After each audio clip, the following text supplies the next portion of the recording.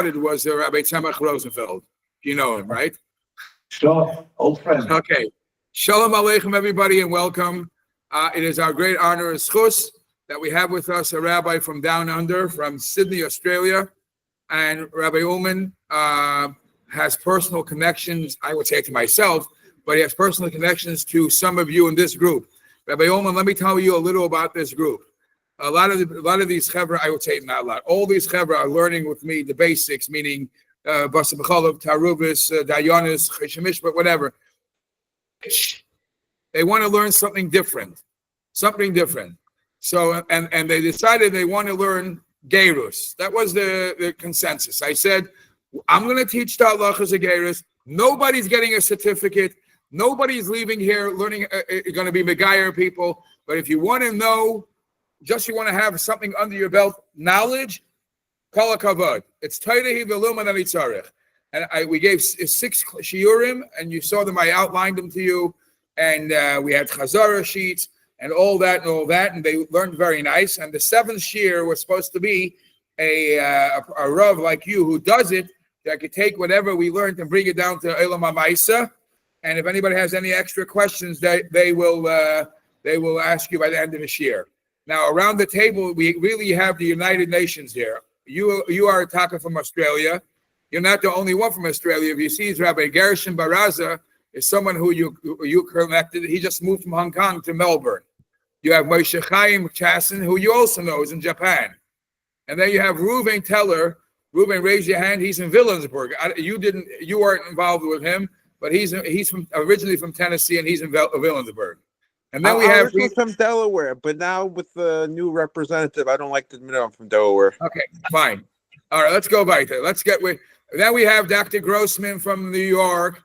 We have Ethan Stein from New York, Dr. Bonin from New York, Yaakov Stein from Baltimore, Aaron Dukes from Minnesota, Jeffrey Yaakov Chaim Gladstone from Rhode Island, Tzemach Rosenfeld from Florida, and Tzemach, don't fall off the chair, Nachman Wilhelm right now is in Jamaica. So we are all over the world, and we are going to take what we learned from Olam HaMachshava to Olam HaMaisa. Rabbi Ulman, please help us out and share with us practical things. But I want to guarantee you, you're not signing a certificate. I'm not signing a certificate. This is like we call Torah Lishma. Thank you, Rabbi Willem. Rabbi Willem was with us in Australia almost 40 years ago. I remember him very well. And also I would like to say special good evening or good morning to some of my good friends that I know, some old friends and some new friends, hopefully. But it's a pleasure and an honor to be talking to you today. It's interesting that, two of the specialized areas of what they did is Gittin and Geirus. There's many other areas, but I'm saying that those are associated exclusively with the work of what they did. And Gittin, we have such a huge portion, just in the amount of pages and simonim in Shulchan Aruch. And Geirus, we have only 2 simonim. That's all. It sounds like it's such a simple subject to learn. And there's so many nuances and so many applications of the Halacha of Geirus that it's quite mind-boggling how those 2 simonim became a subject of hundreds or thousands of responses of children that relate to all different types of applications of laws of Geirus. So I will start just by giving one example. If we learn the laws of Geirus from the primary sources, and there are basically 3 places in Chazal which describe the process of Geirus. There's Gemara in Yehoram, there's Gemara in Masechta Geirus, and also in Geirus, there is a section dealing with that. It sounds like, if you learn the Gemara, you learn the Rambam, you learn the Shulchan Aruch, it sounds like the whole process takes 1 day, at least for women. For men, it takes the amount of time from the time that you do bris until you do the tefillah, which is a whole interesting subject of its own. Why do we have to do a tefillah after the bris and not vice versa? And the machlekes in it and everything, I'm sure covered it. It's a machlekes rishonim, machlekes achronim, and so on and so forth. But the practice today is the ikuva, that the last thing in the Geirus has to be tefillah, and therefore the kabbalas and mitzvahs and bris take place before. But whatever the case is, it's really, there's no process. The ger comes to the besdin, boykim acharov, you do some investigation. Shema einer nosno beish Israeli, maybe she casts the eyes on a Jewish man, vice versa, and you make sure there's no other agendas why they want to become Jewish, and you tell them all the difficulties of being Jewish, including anti-Semitism. And if they answer you correctly, Eni Kedai, and I know about it, and I'm not worthy, but I still want to join the Jewish people, you teach them about Ikre Hadas, about the foundations of our faith. You teach them Niktzes, Kalos, V'chamuris, a sampling of hard laws and easy laws. And if they still want to do it after you teach them all of that, and the Rambam says, you shouldn't talk too much because you may frighten them. That's quite a fascinating statement to make. Other poskim say fakert. Up to a certain point, you should frighten them and make it as as sort of bring out the more difficult aspects of Yiddishkeit.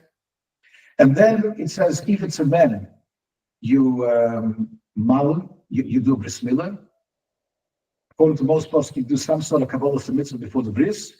And then you wait and actually sraper, you wait for whatever time it takes for them to become healthy, and then you take them to mikveh. If it's a lady, obviously there's no bris, so you do it right away, kabbalas and mitzvahs, you take it to mikveh. So what changed? Why is it today we never find any reputable Bais in the world that will do things in one day? The answer is the halacha hasn't changed at all.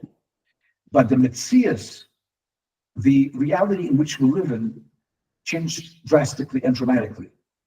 In the times of the Gemara and the Rambam and Shulchan Aruch, when a person converted, it wasn't just self-sacrifice to accept the commandments.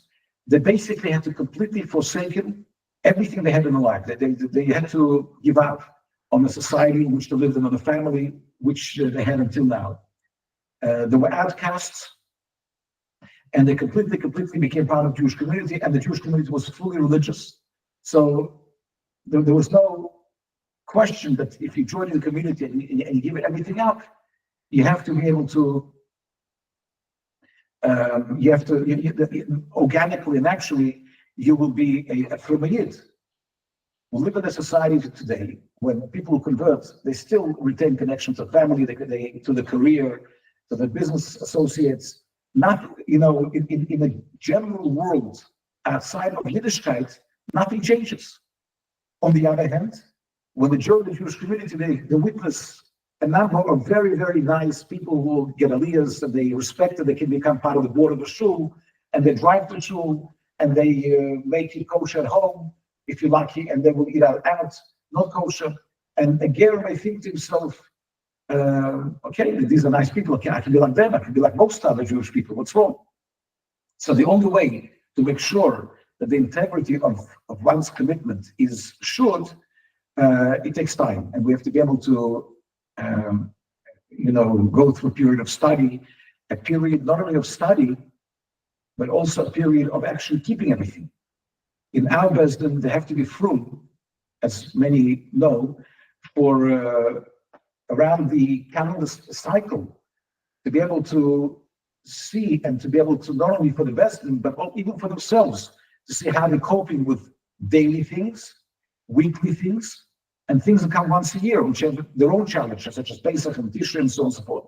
So the reality is, and there's many, many interesting questions that I'm not going to discuss today that are spoken about in Rishonim and Achronim. For example, on what basis do we teach Torah to a non-Jew? When it's one of the few things that a non-Jew is not allowed to do. So there was machlekes, Rabbi Akiva Eiker took it to the extreme. Rabbi Akiva Eiker said you can't teach them anything before. Others, the Marshal, for example, Marshal brings a lot of proofs that when we say can't teach a non-Jew Torah, it applies first of all to Torah Sheba'al Peh, but even Torah Sheba'al Peh only when he has no connection to Yiddishkeit. But if it's somebody that wants to become Jewish and it's necessary in order for them to become Jewish, they have to learn Torah, and the biggest proof is the Gemara and the Rambam.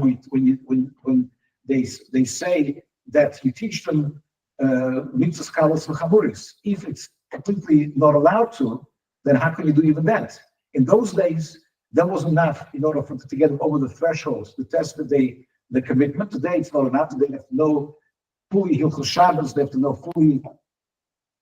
They have to know fully laws of kashrus and live it in order to be able to see how to cope with it. So that is the reason why the Metzias has changed, but the halacha hasn't changed.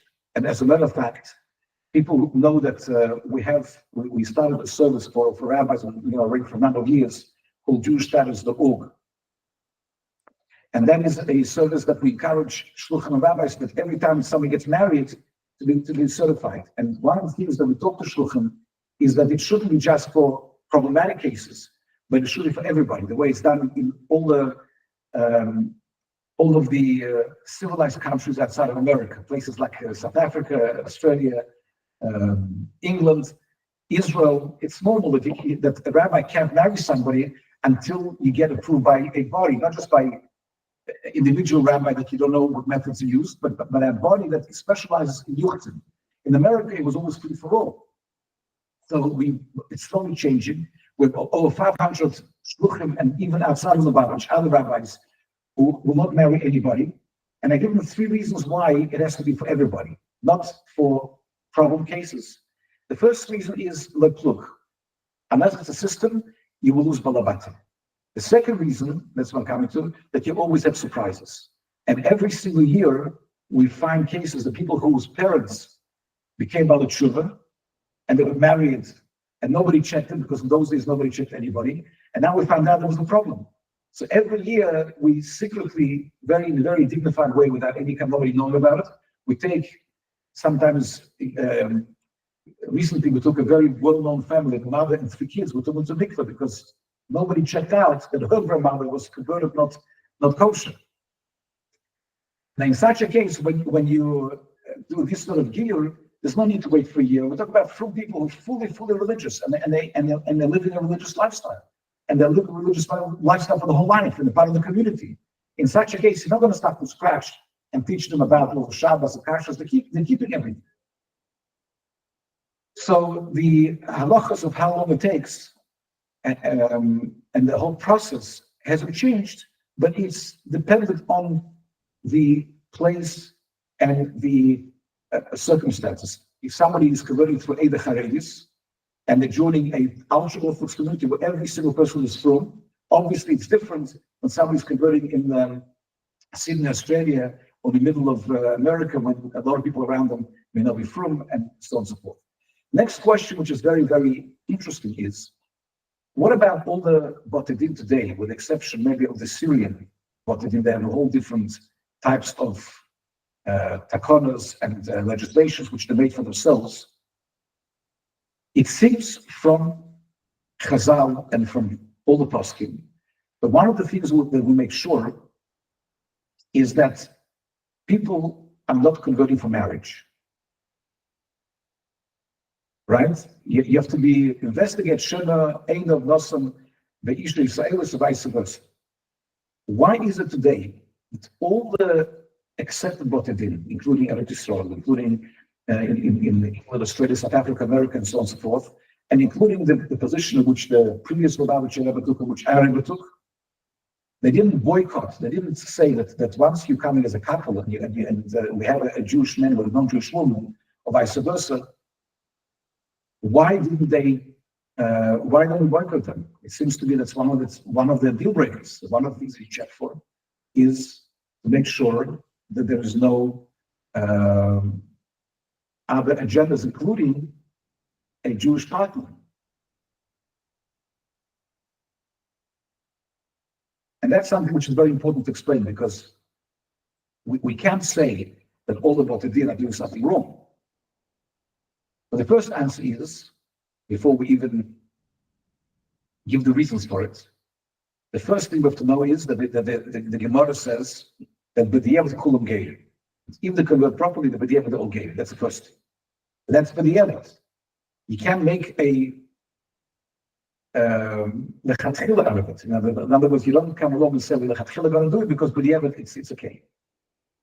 So you're learning now also in Isra v'Heter certain things that in battle Isra v'Chatchila, that there's certain things you can't do in the first place just because it happens by accident or without you knowing about it.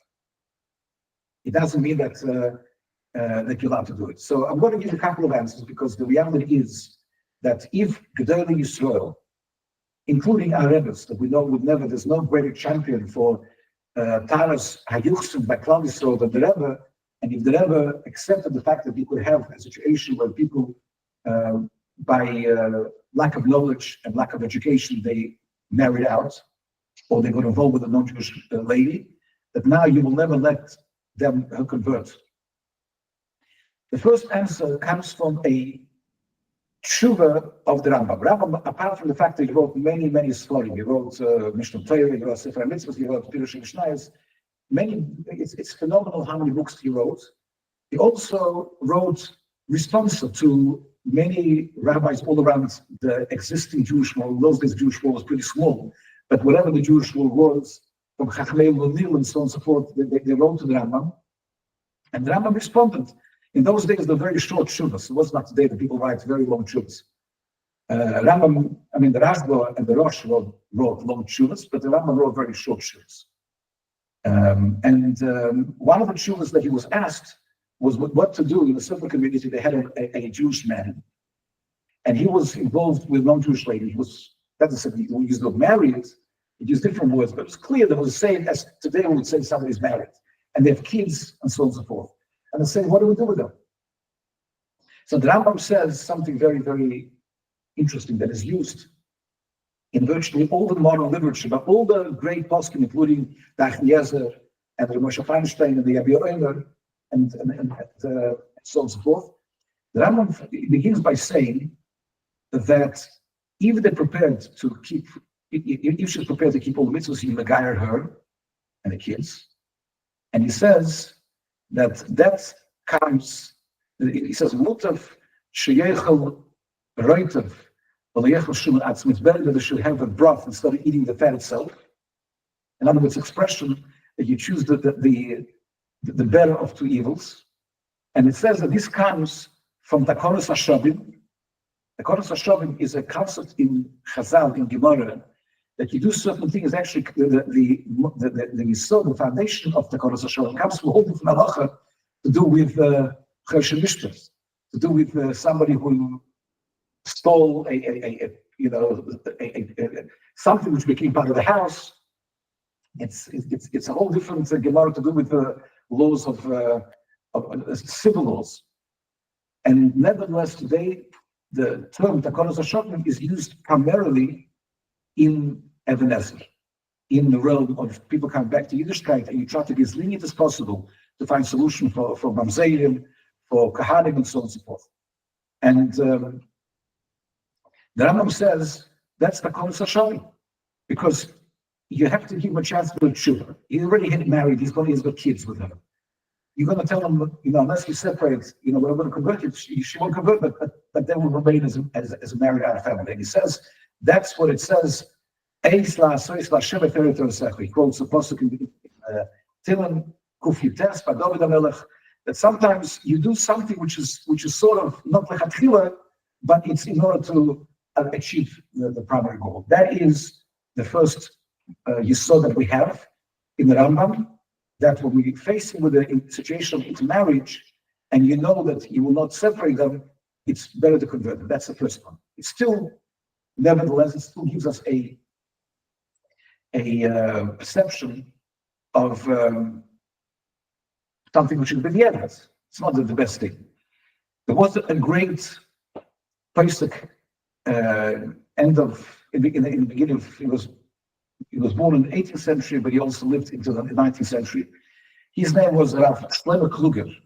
He was a Rav in Brod, And he was one of the most prolific writers. He wrote many, many different shuvas under different names, which was unusual. Most they choose a particular name, and everything they write is under this name. With him, he had many shuvas under different names, and one of the famous shuvas that he has called Tuv Tavadas. And over there, he has a fascinating shuva where he discusses this concept. And he brings a fascinating Gemara in Menachos, Mandalat. The Gemara in Menachos talks about a student of Rabbi Shiur, who, and he talks about, in very unusual details, that in a general area there was a prostitute of phenomenal beauty who enticed people, and she charged like we say in English, a mayontek mit geld. There's an expression in English which charged a huge amount of money for her services. And she had a non-refund policy. So once you pay her, you can't change your mind. And this student over here, he gets her better of him. And he went to her, and the Gemara describes exactly how she that 7 mattresses, and unusual Gemara. And he paid in advance. And then when he started to get undressed, he became entangled in his tzitzis. And by him was Biskayan, one of the mataras, one of the things that Hashem wants from tzitzis, or Isam Eisai, was the heart and his commitment to Hashem. But Isam Eisam, he remembered that he's a Yid, and he remembered that, what business does he have, the Talmud of Rabbi Shiur, and the person who is connected to Hashem is going to, because of momentary pleasure, he will do such a great avera. And he said, I'm sorry, and he told her that he understands there's no refund, but he will not be taking her services. And he left, and she made sure to investigate to find out where he was. And she went to yeshiva, she found him, she said, listen, I'd like to, this boch probably was very nice for him, it catches up with him. But she went to Rabbi Shiur, and she said, I would like to convert. I said, he's such an amazing guy. He's such an amazing person that he's already paid for it. And because of his principles, he refused to give in to his inclination. I would like to convert and marry, in order to marry such a exemplary person. And the Gemara says that Rabbi Shiur converted her, and he was Masada Kedushin. So he asked the question over here, it's a clear Gil L'Shem Ishus. She says, not only she actually came in, and that's what she said, I want to convert in order to marry him. So Shlomo Kluger explains that we misunderstand what Chazal say when they say that marriage is L'Shem Ishus. When Chazal talk about marriage L'Shem Ishus, they're talking about when the person doesn't want to convert. They know that the only way to convert, the only way the guy will marry her if she'll convert, and nobody will accept her. And therefore, it's a farce. It's a joke. She doesn't want to be Jewish. She's not interested. And in such a case, we don't want to convert her, because the chances are she won't keep anything. But in the case of this particular lady, the whole reason why she wanted to convert, because she wanted to live her life according to the principles of Yiddishkeit. And the only person that she knew, that she came across rather, who exemplified, who symbolized those principles was that particular Talmud. So her desire to marry him was in order to be a Fruma Yidna. It says, Shlomo Kluger, that's not called the Shemisha, that's called the Shivitz, it's the Shmo, it's called the Yiddishkeit. It's just, that for you to be able to live your life according to Yiddishkeit, that is your key to live that particular life. That will be the second answer to the question. And in such a case, he says, when the Gemara says, that's talking about when the converted for the wrong reason, and nevertheless, if the conversion was a Halacha, and the candidate and the person converted keeps all the mitzvahs, then it's a ger. But if the coming with the right attitude, and the desire to convert, to marry the person has nothing to do with the fact that they don't care for Yiddishkeit. In the contrary, that is part and parcel of the whole thing. Then it becomes evil as Chatzila. So he goes a step beyond the Rambam, to say there could be even a lechatchila case. And then you have also other prosecutors. There was a Rav Deitch, who was a Hungarian Pesach in the 19th century, and I saw his tshuva that he wrote in a kovetz tshuva. It was a liquid of tshuvas, and he writes over there a fascinating thought. He says, what does the shemishus mean? The shemishus mean that you know that in order for you to marry the person, you have to convert. But when you're talking about people who are already married, they already have kids, and let's say lady. I'm only using a lady as an example. Of whatever reason, as many the percentage of Jewish men and non-Jewish ladies is greater than the other way around. But we have our share of the other cases also, when you have a Jewish lady with a non-Jewish man. So in a situation where they know that in order for me to marry her, I have to convert, that could be called l'shem ishus. But if you're talking about a case where they're already married, they're already together, and he's not going to divorce her, he's not pushing her away, that's not called l'shem ishus. So he says, Rav Deitch says, that if they come to Bezin already as a couple, that's already not l'shem ishus. That's already, he's going to keep her, he's going to stay with her. It's just that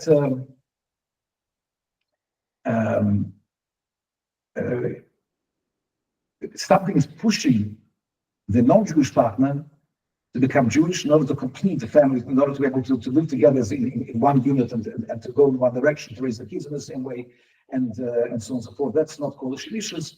That's called that you're already together, and therefore you're converting for a higher purpose. So for all of these reasons today, and obviously the benefit of not ignoring these cases is not promoting intermarriage, because today, if you will not deal with those couples coming to you, you will basically have a lot more people married out, and as a result of dealing with them, we have a lot of beautiful, beautiful Jewish families.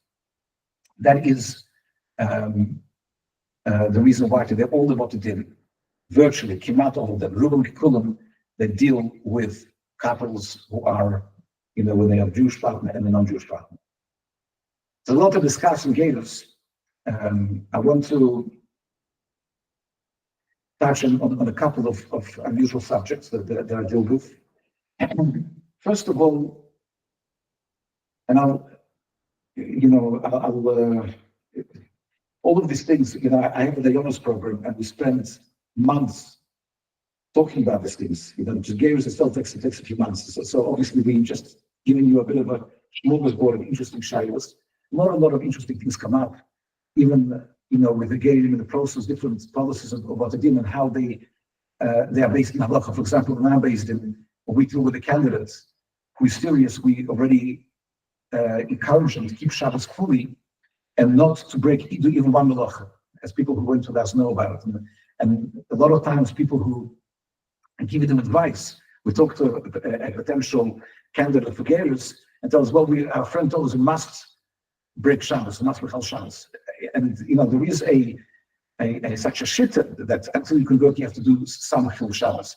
But nevertheless, we are very, very, for many years, a very, very clear policy that once the candidate is ready to keep Shabbos, we don't want him to break Shabbos at all. Not even for that one symbolic melacha. We get upset when people in the community use them as Shabbos going and tell them, can you turn a condition on and off? We want them to really experience, to live life as a full Yidden. Before COVID, I was married to Israel. I was asked in a Chassidus called Tulos Avram Yitzchok, which is the two next to each other, Tulos Avram and Tulos Avram Yitzchok. They have a healing Kilos Torah, and they asked me to present some kind of a Shiur, and I spoke about the subject, which in two parts. One part is what is the status of a ger shemol v'lo. What is the status of a ger who had a bris and didn't go to mikveh yet, which is subject of a lot of controversy. There was an explosive case in 19th century in Eretz Yisrael when Shmuel Salant, who was the Rav Yerushalayim, was away from Israel. In the meantime, there was a convert who was waiting for these few weeks after he had his bris to go to mikveh, and the Rav made him Michal Shabbos, and there was a whole outcry in the road to the Shmuel Salant, who was at the time in Poland, and to Orach Lener, who was a German basic, and both of them said, that there shouldn't be Chal Shabbos for sure after the bris. The Shmuel Salant went as far as to say that according to his opinion, you have to do another Tofas Nabris if you were Chal Shabbos after you already have a bris. His grandson, Rav Tokaczynski, didn't go as far. He agreed with his grandfather that you have to keep Shabbos, but didn't go as far as to say that you have to have another Hatofa. But we go a step further. We say that even before that Tofas Nabris, the really should start keeping Shabbos. And that's a whole different subject because I believe very strongly that all of the reasons given by Chazal and Rishonim why Goy Shabbos Chayav Misa, why a Goy who keeps Shabbos is liable for death penalty, have nothing to do with the Ger. None of them apply to a person who's converting. All the reasons are different reasons. And therefore, apart from the fact that according to some of the today's poskim, when a Ger, a potential Ger, just does a irrelevant malacha, something which is just for the sake of breaking Shabbos, it's malacha shem tzricha legufa, therefore you didn't achieve the purpose anyway, according to many opinions. But apart from that, we really want our game to do everything, and even the really Gemalit, we even wanted to put in tefillin already. I'm not going to go into that now, but they even put in tefillin before they convert, because again, we want to see how to live the life that they can't go through a day without tefillin. That's a very interesting subject for London to discuss it on what basis and so on and so forth. I just wanted to give you just a little bit of a thought to see how many different nuances. But what I want to discuss with you now is a subject that I very much deal with, and I think it's important for everybody to know that these issues exist in the world today, because every single person, doesn't matter whether he's a dayan, or whether he's a rabbi, or whether he's a businessman, or whether he's a person that just in a community and he's bekar of people, to know how to be able to lead and how to direct people around him. Today there is a phenomenon that when I started to deal with it 25 years ago, with that particular subject, and that is the subject of kids born from non-Jewish surrogate mothers and non-Jewish egg donors. When I created the protocol 25 years ago, and I created the protocol not obviously with consultation of my great teachers, including and many others, but the protocol that I created, at the time I had maybe 3 calls a year on inquiring on that subject. I will not exaggerate if I'll tell you today that it's average of 3 inquiries a day. 3 cases a day that I'm dealing with from shluchim, from rabbis, and families themselves. It became today a situation that we're having thousands of kids are born every year. I'm talking about just in the Jewish community. Of course, it's much bigger in the world, but we're just in the Jewish community. In that it's all over 2,000 kids are born every year from non-Jewish egg donors, and they're being listed in Misrad Apnim, in the Ministry of Interior, as son of Yaakov and Shoshana Finkelstein. Nobody will ever know. And that's on top of surrogate mothers, and that's not including in America, yes. So the fact that we have 3 cases a day, I talk either to rabbis that call me about shluchim, far beyond the baggage. I deal with cases in Williamsburg, in Borough Park. Because in America, unfortunately, there's no protocol when it comes to these questions. And I feel very strongly, and obviously, like with everything else in the world that is new, so people already started a war against me about it and getting chassimas. But Baruch Hashem, the people starting a war against me I'm not the Yomi Morabonim. They are Astronom, who basically just created their own vision of what has to be the policy. So I'm going to tell you what is the issue over here. So before I go onto the main question to do with gear, the main issue is as follows: that when it comes to a yichus of a person, for males it's very simple, because a male has one reproductive system, which is basically his sperm that is produced, and that's what creates the yichus for from a man. When it comes to women have 2 independent systems that work completely separate from each other. In order for a single woman to have a child, both have to work. But sometimes one works perfectly, and the other one doesn't work. The woman, one system called genetic system, and that is the ovaries and eggs. And that is, she needs to create a biological child that has her DNA, or the father's DNA. And then you have what's called a gestational system, a birth system. In order for a lady to become pregnant, to carry a child, to term and to give birth, she needs the uterus and everything around it. So if everything goes well and the woman is healthy, and everything, in a regular married couple, so they have regular relations, and the woman, her egg becomes fertilized and then moves from the fallopian tubes into the uterus and becomes an embryo, and then it grows to 9 months, and then the time comes and the child is born. And that's the mother, that's the father. Everything's very simple. However, we live in a world where today there are solutions to many problems. So what happens if a woman, only one system works? For example, her biological system doesn't work. She had a premature menopause, or what's called ovarian failure syndrome. And therefore she can produce an embryo. She can carry, her uterus is fully intact. She can carry the child, she can give birth to the child, but she can become pregnant. So the scientific solution that the world gives today, I'm not even coming to halacha yet, I'm giving you just now scientific reality. Something called an egg donor. You can take another lady, and this lady will give her egg, and you do exactly the same as usual IVF. When IVF means when you fertilize the egg outside of the uterus, and then you put it inside. But this time, instead of using the wife's egg, you use the donor's egg, and then at a certain point, you put the embryo, you transfer it into the mother's uterus, and then hopefully it will result in pregnancy and birth. That's one scenario.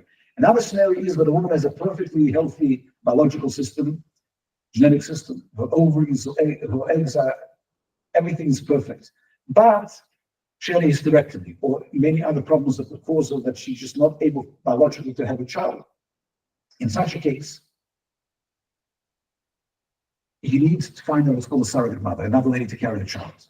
And the eternal question is, in Halacha, who is the mother? Which mother dictates the yichus of the child?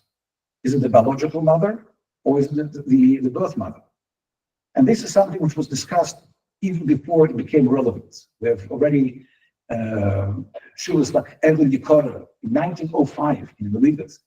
120 years ago, spoke about this subject. Who is the mother? Is the mother the one that gave birth, the one or whatever it is? And obviously in Halacha, it's nothing to do with our personal, what we feel. When we talk to an audience, and a lot of times I give lectures on these topics, and obviously it's different to give topics to Dayanim or to Rabbanim, or to give it to lay people, but it's an interesting subject to discuss. And if you ask an audience of 100, 200 people, who do you think is the mother? 50% will tell you, well, you carry the child for 9 months and give birth to the child, of course you're the mother. And the other will say, but what about the whole DNA? You look like, the child looks like a biological mother. So each one, and obviously, if you have a woman who had a child with a surrogate mother, her opinion will be that the mother is the biological mother, and vice versa. A woman who carried the child but had to have an egg donor, she'll think differently. So, but the way Halacha thinks is a different way altogether. Halacha thinks, what is the yesod in Shas and Poskim? And believe it or not, every question that we can find today in the world will have some kind of a yesod in Shas and Poskim. But I would venture to say that one of the only questions which are not resolved and remain a polemic and remain a huge, huge argument is this particular question. We have different opinions which go lakotza from one extreme to the other. And I'm not going to, there's no time to talk about the subject from the perspective of Chazal and Poskim. How could we see precedents? It's a fascinating topic, which I wish I could have time and share with you some of the, it would enhance our understanding of how everything, ultimately, the most modern questions, that they don't come from just how modern society thinks, they come from Chazal and Rishonim.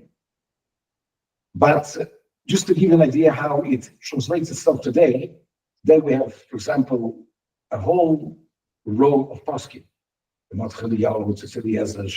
whole thing that the Eva Kavas, the mother which dictates the status, is the birth mother. And you have others who say, no, it's the genetic mother. My very close, Ronald, I'm very close with Shlomo Amar. He was almost like a Melchemes mitzvah. He wants to convince the world that only the genetic mother counts, and the birth mother is purely an incubator. And you tell people not to convert if the birth mother is non-Jewish. But I think one of the things that the world came to today, the world of Halacha, is that you cannot close the doors for children. You have to be able to open doors to them, and you can't allow a situation where a child, just because you believe in a certain way, the child will grow up and he will be non-Jewish or even a Sophic Jew according to most opinions. That became the policy, something which, that's the policy which I developed 25 years ago. I don't even tell people that I personally believe. Shlomo Zalman Auerbach, he said it as far as he's concerned, as a Sophic Shoko, it's an equal Sophic. And that is the responsible attitude. Why is it so important to let you have Geirus? Now, if, for example, so you have this policy, and you have a frum couple coming to you, and they, which happens all the time from, right now I'm dealing with a couple from Borough Park that had a child, she's having a child with a egg donor. Today, by the way, it's very, very possible to get Jewish egg donors, but it has to be done in a very, very proper way through agencies that go through Bais and so on and so forth. But if somebody took a non-Jewish egg donor, you convert the child. Very simple. But what happens to all of those couples that are not so frum? We know that when it comes to a conversion of a minor, and it's something that you probably studied in your studies of Geirus, the conversion of minor is very, very different to a conversion of an adult. Because the conversion of an adult, the whole foundation of the conversion is Kabbalah and mitzvahs. The necessary tools without which the conversion is not kosher is circumcision, a bris, and a tefillah. But what actually is conversion? That's Kabbalah and mitzvahs. That's what, when the person is converting, is accepts upon themselves the yoke of commandments. For a child, it's impossible. For a child, there is no. By the way, Rabbi Ulman, how long do we have?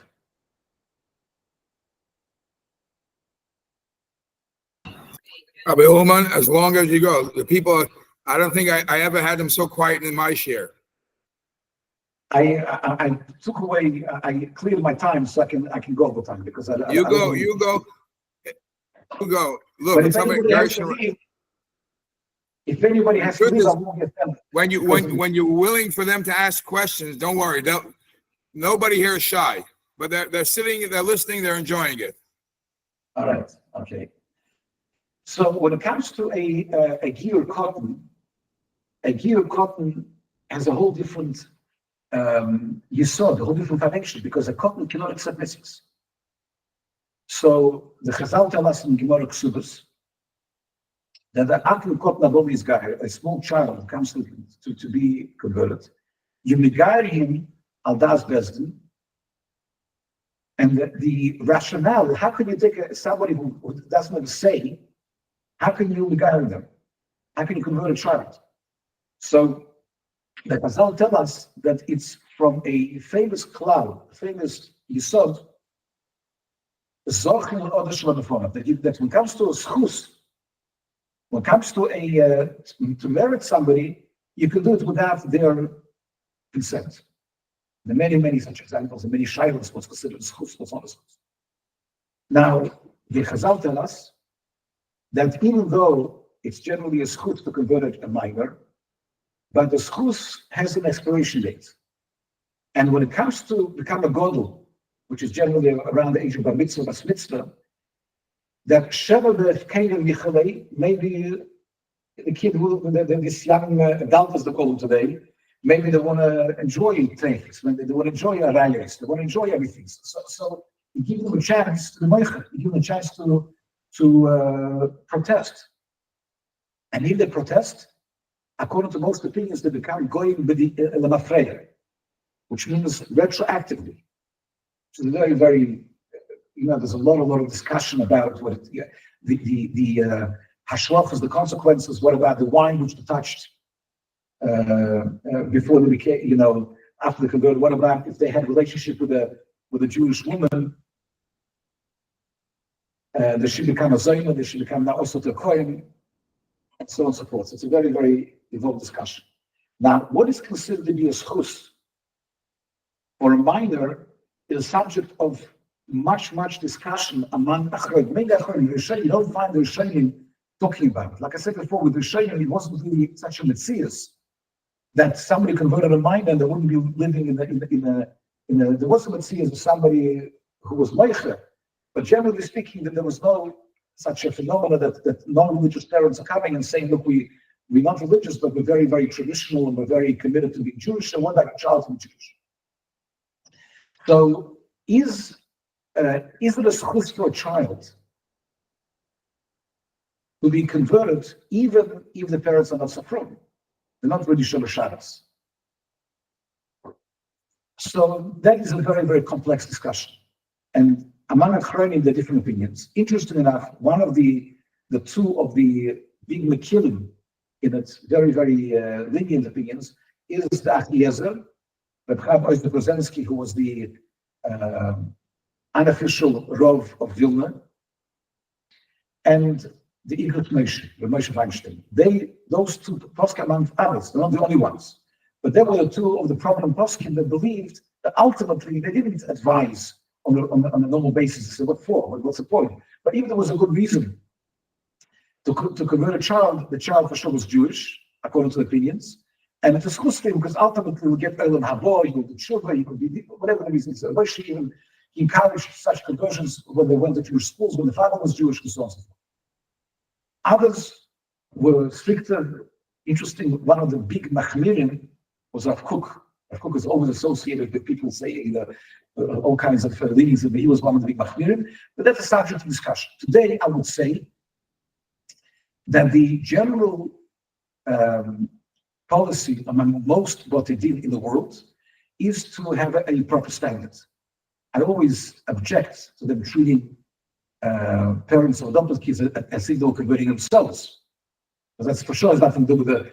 But nevertheless, a child is to grow up in a basically from home and is to be able to. That's became a general standard, and that's what we adhere to. Interesting that our predecessor in Sydney was Rabbi Osher Abrams, who was a Dayan par excellence. He was a great Dayan. Koach the Taylor, he was more on the lenient side of things. But he was a Dayan in London under the famous Godel called Rabbi Cheskel Abramsky, who was a great literature Godel. And Rabbi Cheskel Abramsky was out-based in London from after he moved to Eretz Yisrael.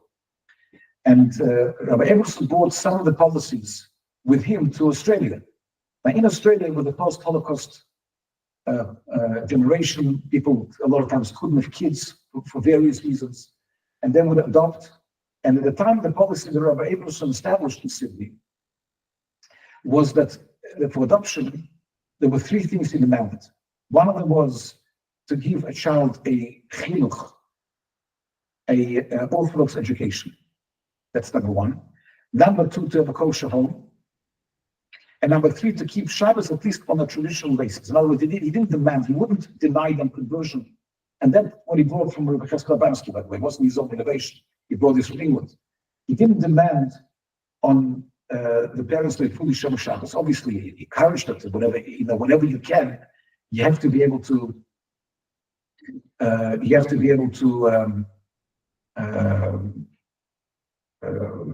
affect it if you can.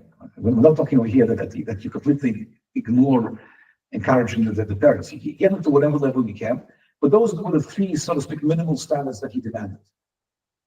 Shabbos traditionally means that Shabbos is Shabbos. A child knows Friday night we stay home, we have kiddush, we have candles, we have Lech Mishnah, and so on and so forth.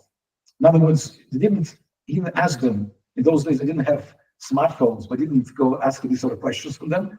But on a basic level, the Shabbos would be a special day.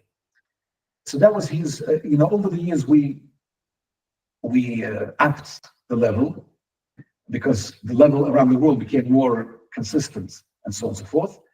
But I must tell you, Rabbi Sayed, that today we hardly ever get questions of adoptions anymore. That hardly happens. Today everybody goes for the other thing, for the surrogate mothers, egg-donors. It became like the norm today. Because you're able to do it, it's much easier, and so on and so forth. So back 25 years ago, I've put together a unwritten protocol. I didn't write it down until much later. But my protocol, again, it wasn't, when I say it was mine, I developed it, but I spoke about it to my great poskim in Eretz Yisrael. I spoke about it to Zalach Sheva Goldberg, I spoke about it to Rabatz, I spoke about it to the Bais, among many, many others. And all agreed with me that this is the way to go. What was my position? My position was like this, that there's a huge difference between a child who is adopted and a child who is born either from a surrogate mother or from an egg donor, for a number of reasons.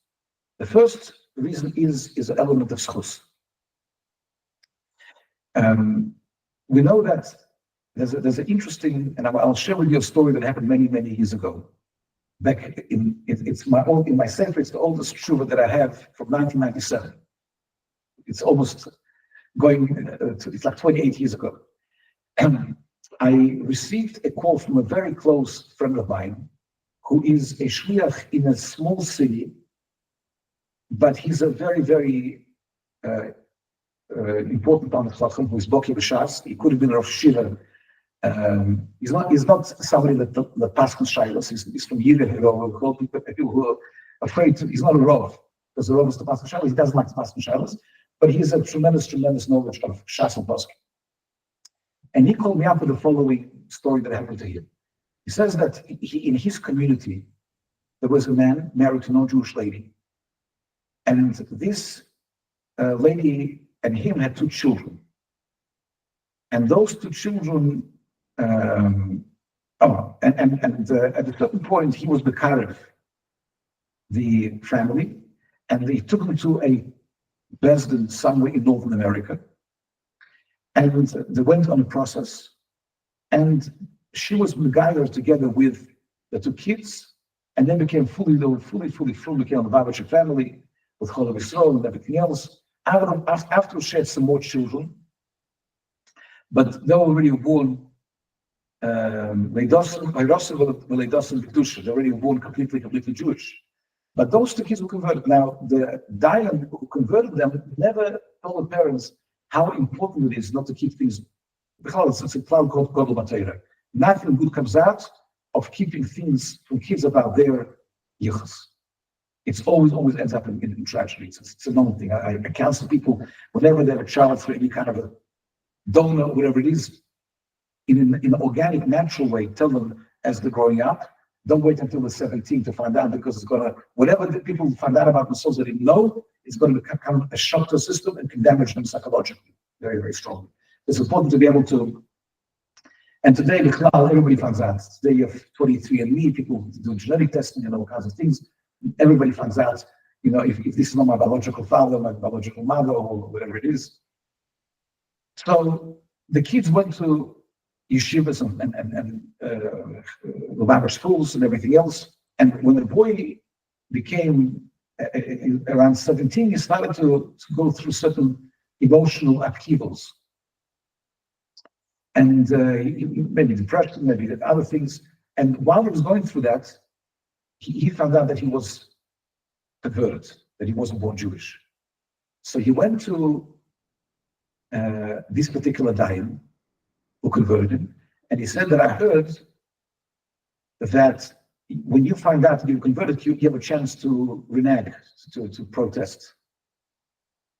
So the Dayan, and I teach this story, obviously I change all the geographical facts and everything else, nobody can tell anything about what happened, but I teach this story to my Talmidim to teach them how important it is never to pass, never to rule from a tshuva or from a Moshe Feinstein, when you wrote his tshuvas in the introduction, he wrote, it's important for you also for your day and everything else, he wrote that the reason why I call it Igros Moshe, not Shas and Tshuvas Moshe, because it was individual answers to individual situations, and you cannot decide one case, you can't pass from it. He basically forbade people to pass from his tshuvas. He said if you want to be able to use it to go into primary sources, and he did the Moshe Feinstein, he many times he almost identical cases, he would rule differently in different cases because of certain nuances, certain background. So in this particular case, this particular diary opened up the famous tshuva in Igros Moshe, when he talks about, it's called adoptierte Kinder, he calls it, adopted children.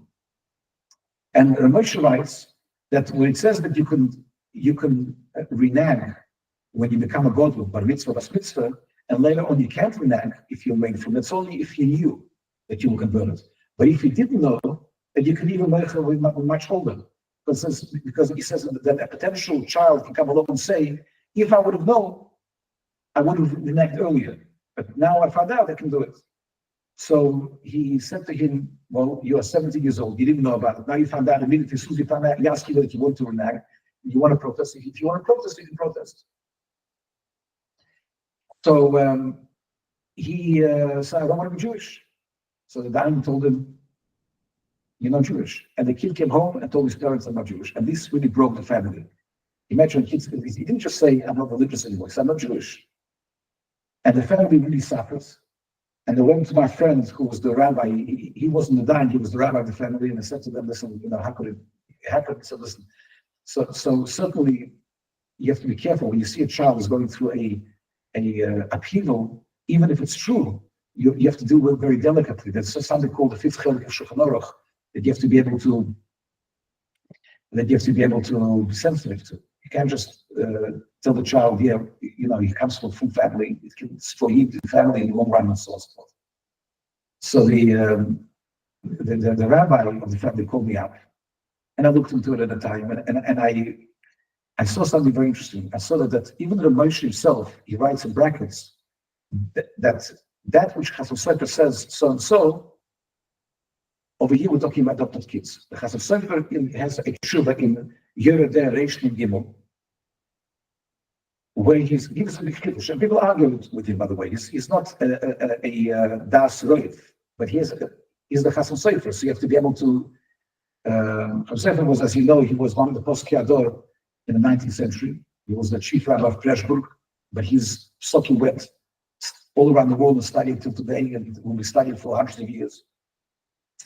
And he says a very interesting chiddush, and he maintains that this is not the opinion comes from Baal Halachos Gleus, from Divrei HaGoyim, and also this opinion of the Rif, and the Rambam he says is mashma from the Rambam. It's not openly, but he learns a deal from the Rambam. That's the case, and he learns the whole sugya in Ksubas that about a conversion of a young child.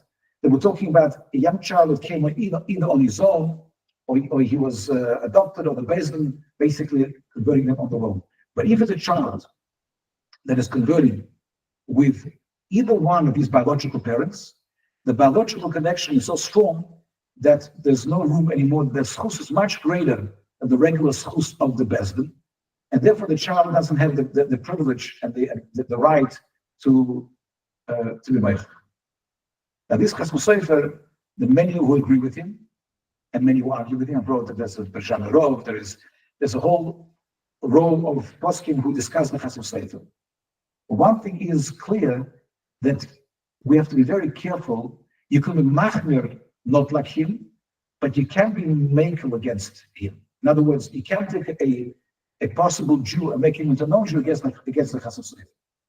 And I found a precedent that in the 1950s, there was a case in Eretz Yisrael, in the Bais Din Hagodol, and the three rabbis were Rabbi Eliashiv, Rabbi Zolti, and Rabbi Das, and they both ruled that you cannot make, even though the Chatchila, you should try to avoid this particular situation and so on and so forth, not to go against the other prosecutor, but you have to be very, very careful not to make somebody to go against the Chazon Sofer. So I wrote a Shiur. This Shiur I initially didn't want to write.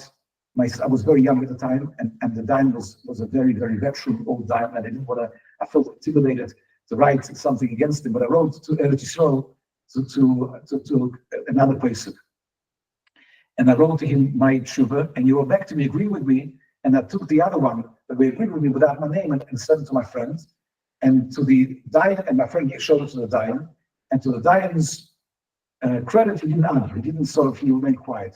And what I wrote over there was that the psak should be that the child, this bocher is a sofek yid, and therefore we have to megayir him this sofek.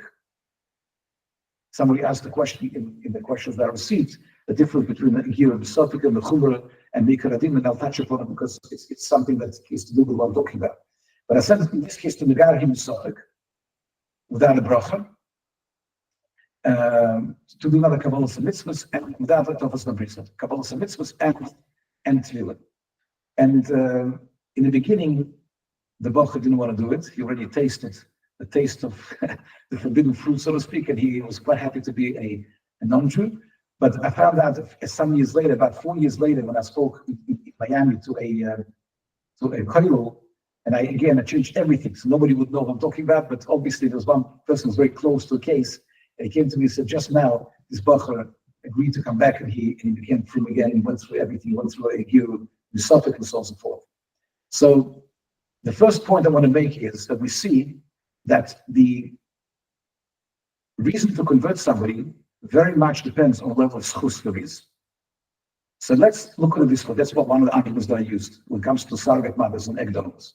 Can you imagine in a situation of a child that, according to half the world, he is Jewish or Suffolk Jew?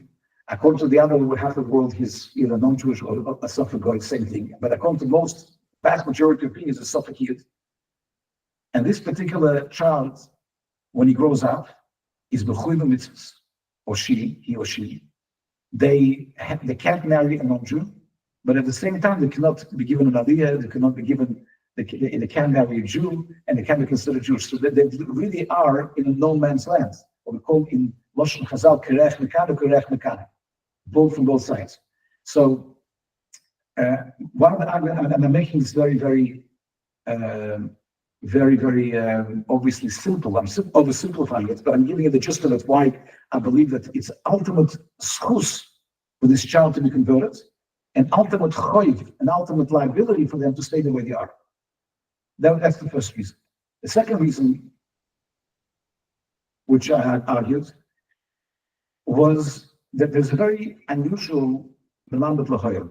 Melamed Lahoyer was a Pesach in Germany. His name was David Hoffman. He was of Hungarian extract, but he became one of the heads of the seminary, the famous rabbinic seminary in Germany. And later on, the seminary had grades like the Student and so on and so forth. And David Hoffman, he had an interesting case. He had a case in his community where a lady converted at a certain point of her life, and this lady had a young child at a time. And now the child is already a grown man, and there is no proof whether he converted or not. So now what do you do with him? It's a 50-50. On one hand, it's very possible that, and usual, you will convert the child together with the mother. On the other hand, we have a rule that for every conversion you need a proof. I'm dealing with a case right now when the Bezdin didn't include the child in the mother's certificate. And it's a problem. We can't just accept it because this itself is darsheni, requires a question. Why don't you, the norm is to include the child in a certificate. And even though it's also the norm to convert the child, when you have both norms are ignored, what do you do with it? It becomes a sofek. So the Melamed Lahoyer says this man now is really a sofek shocker. He's a really equal sofek when he's a Jew or not. So he came out with a tremendous chiddush. I personally think the chiddush is quite ingenious, but it wasn't accepted in the world of halacha. I even have a little bit of a proof from the Gemara why it makes a bit of sense. But I'll tell you what he said. Well, Melamed Lahal said like this. He said, what is the definition of Kabbalah Mitzvahs? Kabbalah Mitzvahs is a situation where a non-Jewish person who's obviously not obligated to keep mitzvahs, and he on his own, voluntarily, that's what we do it, and here we always say, are you converting, are you coming to convert, are you going free will without any compulsion or conditions? Nobody's forcing you, nobody's pressuring you.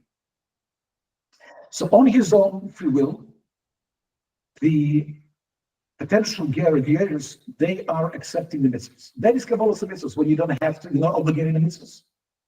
And nevertheless, you want to accept something that you're really not obligated. When it comes to a Sofek Yid, a Sofek Shokolos, when it's a equal Sofek, argues the Melamed Lahal. Kabbalah mitzvahs is not ma'akev, it's not a deal breaker. Why? He argues like this. He says this person has no luxury, has no privilege not to accept it. He's already a Sofek Yid, so all the mitzvahs are thrust upon him from above. You follow what I'm saying? So he says that whether he accepts it or not, it's already upon him. So now he has to do Smila and go through mikveh, but he cannot say, I'm not accepting this. It's already thrust upon him. That's the Chiddush of Lamed Lahal. Now, again, as much as I think it's brilliant, but it wasn't accepted, and we don't use it in our Bezin. What else? When somebody comes to the subject, we still require them to learn it and come through and everything else. However, certainly for kids, when you're talking about level of schools, it's definitely applicable, this argument. Because on this child, the mitzvahs are already thrust upon him or upon her. They'll never be able to, so that's the second argument. So ultimate, first of all, it's ultimate schools, but they're much stronger than the schools of the Chasusayim. Number two, they cannot, and for that reason, I never allow them to renege when they're 13 or 12 years old when we convert them. Because they can't, they're already possible Jews. And the last reason is, which I believe many poskim spoke about, including our Rebbe, is a level of a Michshel Rabbi, which also part of the schools for them. Because these kids will grow up and nobody will know that they are Suffolk Jews, not according to something is not Jewish. They'll mix into Klal Yisrael and they'll marry and so on and so forth. For all these reasons, argued it has to be done. And we did, over the years, we did conversions for these children. I can't say 100% of cases sent to us, but 98, it's always an exception why we wouldn't take a certain case, but in 98% of the cases came to us, we did it. And in 2018, I was asked to write about, I was asked a shayla, a practical shayla from a very special Jew called Rabbi Tzvika Reisman. You might have heard of him. He's a businessman. He's not a Rav, but he's a brilliant. Rotzkatzvi. A very personal friend of mine, but a good friend of mine, from Los Angeles. And his passion is, among many things, is this particular subject. So he wrote to me, and he said to me, "What do we do with all the kids that are not from, when the parents are not from? Thousands of them, both in Israel and in America." So I wrote right away, sure, this Jew was printed in my sefer, all the reasons why I believe they should be converted anyway. And then I was invited to speak about it in two places. One place was by the European, it's called Ve'idus Rabboni Europa, the European Rabbinic Convention.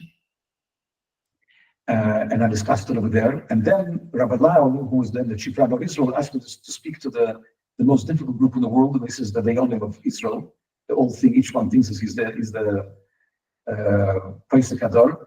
And I said, he wanted me to speak about Gittin because the convention about Gittin, but I told him I'll speak on the condition I can talk about both. I can have two sessions because I felt very, very strong. To me, it became not just a theoretical question, it became something which will save Klal Yisrael. I really believe that it's something which is so important.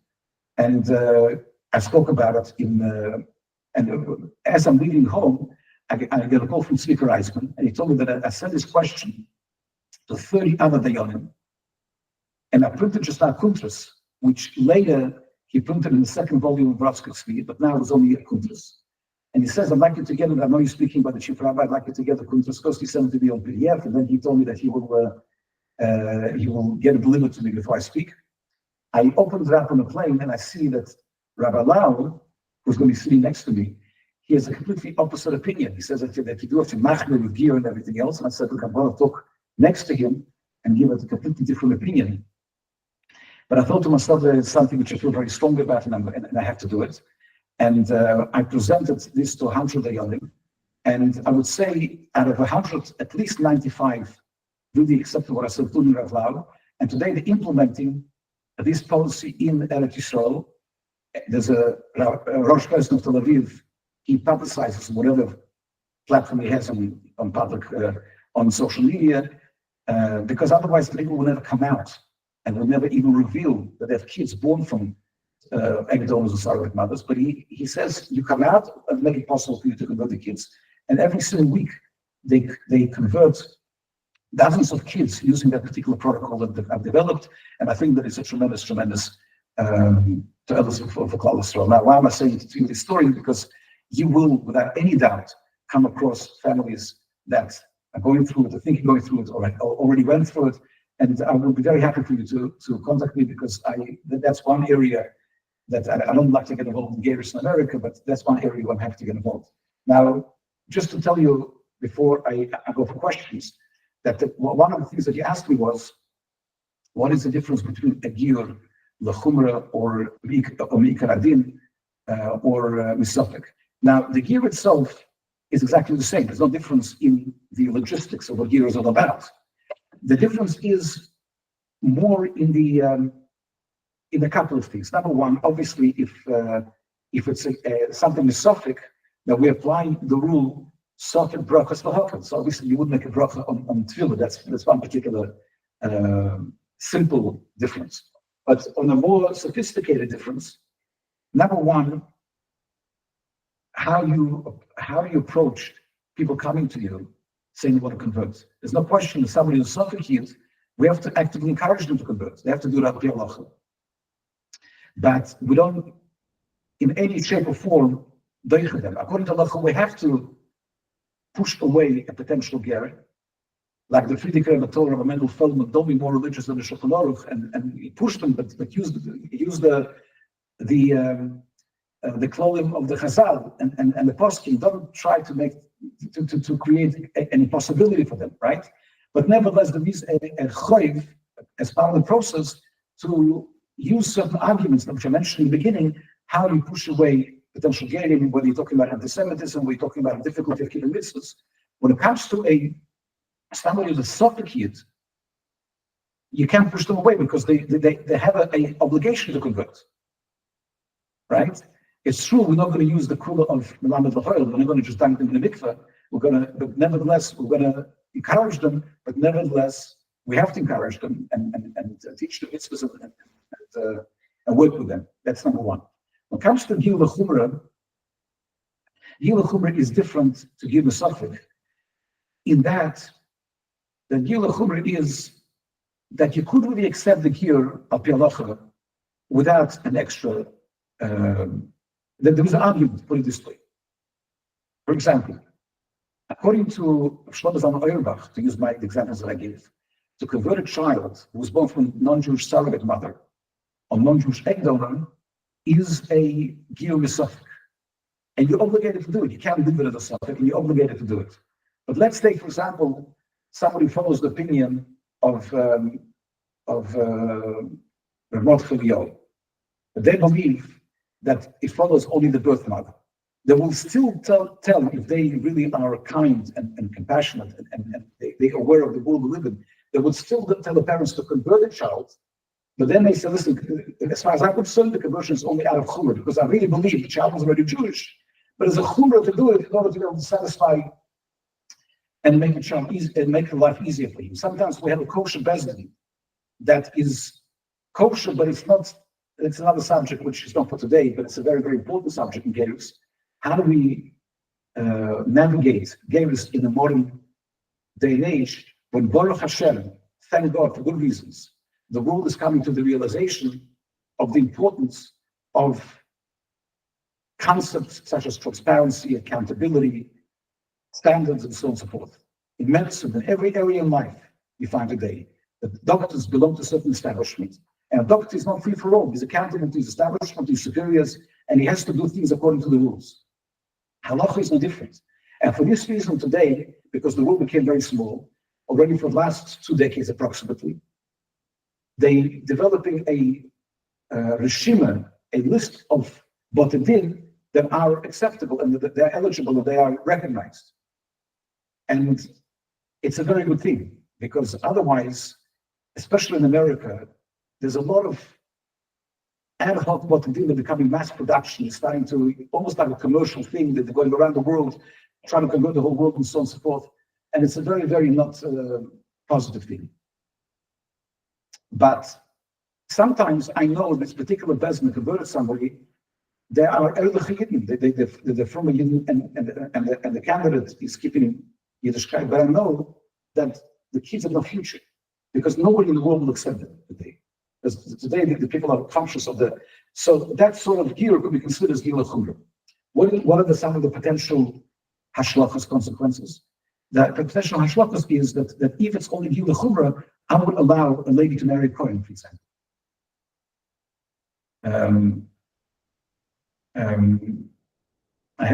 Anyway, it's too long to talk about it, but there's not even Rabbi Yashiv, who's a very big machmer, he agrees with that particular concept that in such a case you would allow to marry a Kohen.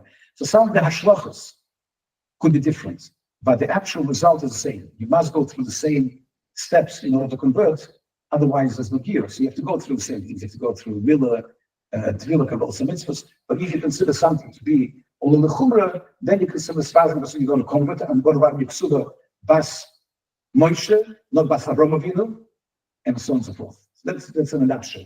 You know what? I'll take some questions now. I hope some of the shmooze that I gave you was helpful. Okay. I see, Rabbi Ulman, you have a couple minutes for questions? As long as you have. As long as you have. As long as I have. Be careful what you say. Okay. By the way, these clever know how to ask questions. Okay, let's go. Gershon, by you, it's Australian time. So anybody want to go to sleep? Anybody, it's middle of the night? Okay, Gershon, start with Rabbi Gershon. Go. Hey, thank you. Thank you, Rabbi Nachman. Thank you, Rabbi Ulman, for the amazing share and for tackling that question. Actually, that question was my question regarding the Lechumbra Lesafek Mikradin. My question is, following up on that, is, for instance, in the case of the surrogate mothers, right, the egg donors, we will do a conversion, Lechumbra, so the way you said, because there's a Safek, right, we are concerned of all the opinions. We don't know the halacha if it's like this or like that, so we are marking both ways. In that case, would the child be connected from a halachic point of view to the parents? Like, would there be the Isurim of parents or not? Arayos, Kivud Vahem, etc. Yeah, that would be my question. So first of all, when it comes to such fundamental things as Arayos, 100%, there has to be all of the chumras and halachas of arayos would apply in such a case. Number one. So we're talking about arayos, because arayos really it's the most stringent of all of the potential consequences. We're talking about mamzeres. We're talking about really a very, very serious repercussions. How to be able to call this particular gear, I want to just explain to you that I specifically didn't come along and take away the right of individual poskim to decide whether the gear is l'chumra or misotah or mikradin. I'll tell you why. Because my campaign, almost, my drive to convince the world that you have to go both ways, and I did succeed with Rabbanut, I did succeed with Machon Pura. Machon Pura for many, many years. Again, everything over here, I'm sure it's not the person, the recordings, correct? The day for individuals. So I will ask all of the Choshev Mishpat not to post anything I'm saying on YouTube or anything like this. It's for you. You can have it, but not for dissemination. Machon Po is an organization in Israel that I'm very close with. The head of the organization is a very special rabbi called Rabbi Menachem Bushstein. And for many years, I had this long-standing argument with him because they decided they will take the position of Rav Mordechai Eliyahu, who was like the Nasi of the organization. And he passed years ago that the child purely goes after the birth mother, not after the genetic mother. And he even wrote at the time, there's no need to adhere. Now, everybody knows how much respect we have for Rav Mordechai Eliyahu. He was a very special Jew, and he was in his own right, and how much covered the Rebbe gave him and so on and so forth. But over here, I think that it's a completely wrong decision for two reasons. First of all, my heart tells me that today, if Mordechai Eliyahu would have been alive, he would have agreed that we should take the kids to mikveh even on the Chumrah, even though halachically he may still hold his position that it goes after the birth mother, but we're living in a climate where the whole world is divided, and it's not enough to have a position based on whatever you decided to take, within child. Shlomo Zalman Auerbach had a very interesting saying. He said like this. He said that in every shaila which I'm asked, and I heard this from many of his Talmidim, by the way. This is a very monumental statement that he made. He said, every shaila that I'm asked, no matter how cutting edge, I'm freely translating, he didn't use the word cutting edge, but I'm making a free translation of what he says. No matter how modern the shaila is, I'm able to make a hachra, to make a decision based on Shas and Poskim. And the one exception is this question, he says. The question of which woman conveys the motherhood, conveys the status of the child.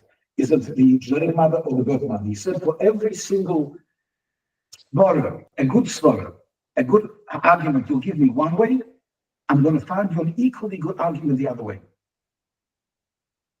That's what he said. So today we live in a world where the world is divided, and I believe it's not just a question of Ebenezer, it's a question of Chesed Mishpat.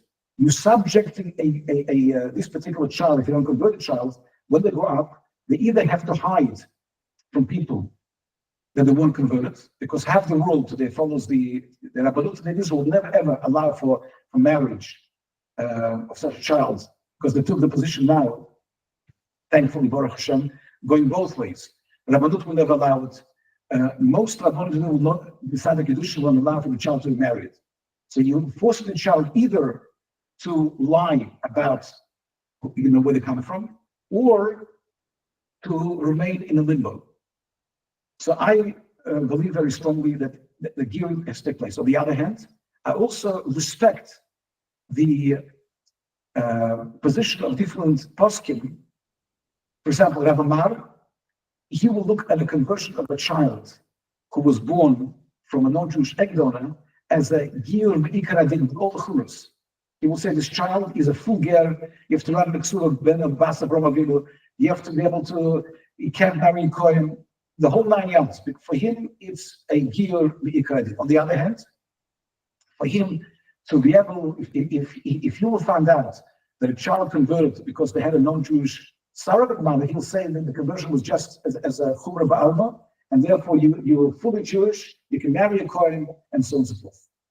So, I myself can have my own personal opinion, and I deal with these questions myself, but for the purpose of talking about the actual the actual necessity of it, I stress the Geirus part, and the other part I wrote about, in my sefer, in another tshuva, how I would look at other shaylos of who you misyachas as far as ksub is concerned, as far as this and that. But certainly with arayos, there's no room to make it. With kahuna, there is room to make it for many reasons, because kahuna b'chlal is a different gather. I'm not chas v'shalom minimizing the issur of a kohen to anybody, but there are reasons why, when it comes to kahanim of today, and when it comes to the whole issue that we're talking about, there is room to make in a shiloh when some poskim would rule b'chlal, a child is a yid. So when it comes to kahanim, there's more room to make them. When it comes to arayos, I would not make them at all. Arayos means all of the other familial provisions of a brother marrying a sister and so on and so forth. That's for sure. We'll be making with that. Very good. Okay, Tzemach, Rabbi Tzemach Roosevelt. He raised his hand. I can't hear him. He's Shalom Aleichem, Rabbi Ulman. How are you? Aleichem Shalom, a pleasure to see you. It's nice to see you again. I saw a few weeks ago in Miami. That's right. I miss our Shabbos Shiurim we used to have in your house, Halacha Shiurim, Chavrusa, actually, that we had. It's nice to see you. It's, 40 years later, right? Correct. Come and visit. Yeah. Two quick questions that you spoke about early in the share, and thank you very much for the beautiful share. Thank you. Encapsulated a lot of discussion in jam-packed, beautiful share. Two quick questions. First of all, why do we need a bezdin? We learn in Hilchos Dayanim the different criteria, Bizman Hazeh, what we're done, what we're not done. Why, when it comes to, you said about Geirus and also Gittin, right? Do we need a bezdin by Gittin? Do we have a bezdin by Gittin? By Gittin, interesting enough, by Gittin you don't always need a bezdin. By Gittin you don't always need a bezdin, and by Gittin when it's a get with a shliach rishon who has to say before nechtam for the nechtam, then you need a bezdin for that. But for a regular get, you don't need a bezdin. You need a besader, Rav Besader, and you need two eidim. At one point, and you need sefer. At one point, you do need a bezdin to matir bedorim, but over here, because it's only b'derabbanan, we apply the rule that eid nasadai. Right. For Geirus, you need a bezdin, because for a Geirus, it's one of the areas given to a mishpat. In other words, Geirus comes as a almost like a keel, not gilur. Over here, it's not a question of Eidus. Over here, it's a question of Bezdin actually is the Eidish to give on to the Bezdin to Mevatzeh the Geirus. Without the Bezdin, there's no Geirus at all. Now, it's true, and I see that you all learned the Mechaber Ramah, you all know there's a famous Machlokes Harishayim, whether the full Bezdin applies only to Kabbalah Mitzvahs or only to Milah and Tefillah. And within Milah and Tefillah is also Machlokes Harishayim, the way the Bach understands the Rambam, that you don't need to have a bezdin for a milah. That's why there's a very famous machlokes. If a milah was done by a moil, kosher moil, would you need to go to office bris if there wasn't done with the bezdin? And the G'dayli would say that the Yevet, you don't need a bezdin for milah if it was done by kosher l'sheliyatus. And kosher what it is such as London bezdin or the Becheskel Abramsky, he was the one who established it, or Shmuel Land in Israel. They said that but the Yemen definitely do the shleisha. But if you have a situation where there was a child that everybody thought he was Jewish and he had a proper bris milah with a kosher oil, and now he's coming to convert, you need milah, you need mitzvah with the shleisha, and if he's already an adult, you need kabbalah mitzvahs. But according to some opinions, you don't need in our Bezdin we don't want to rely on the machlekes. We do like the Moshe says. Now, when the Moshe says that you should do it, it's only Mishas the Chakol, but the you don't do it. I personally do it myself, and I do it very gently. I do it to the extent where if it's a child, the child wouldn't even wake up. I do it very, very slightly, just to I know exactly how much to touch and to wait for the smallest amount of dam to come out. So we don't see a reason why we should get involved in Machlekes Harishayim and Achronim and so on and so forth. But there is a machlekes which the Mechaber brings between Balatesvus and the Rif and the Rambam, whether the bezdin only applies for Kabbalah mitzvahs. And by the way, the machlekes is only with an adult. With a kid, everybody agrees that that there's no Geirus without a bezdin, even for the tefillah itself. But the Yevet, if you did it out of order, also it would be acceptable, correct? Sorry, I didn't hear what he said. If you did it out of order, it would also be acceptable. If you did if you did it out of order, not in the order as. I would repeat it again. If it was out of order, I would not allow it. The Shach says that we are machmir the Rashba. I would not allow, a few times when we had to do again, I did the tefillah again. I would never ever go into the standard position of what we did today, that we will repeat the Geirus to make sure that the last thing is the tefillah. And the famous question is, there's a big machlekes about kids that what's the status of a child that was conceived in a state of non-Jewishness and was born in a state of Jewishness? There's a very fascinating sugya that itself would be a fascinating shiur, just to give an idea that according to the opinions that you do need that the child is not Jewish until you do a bris. How could you do it out of order then? Right? So according to the Ramban actually does believe that the gear has to be finished with a bris milah. According to the Ramban, he says that precisely that's what he holds. He paskins that there is no need for the right order,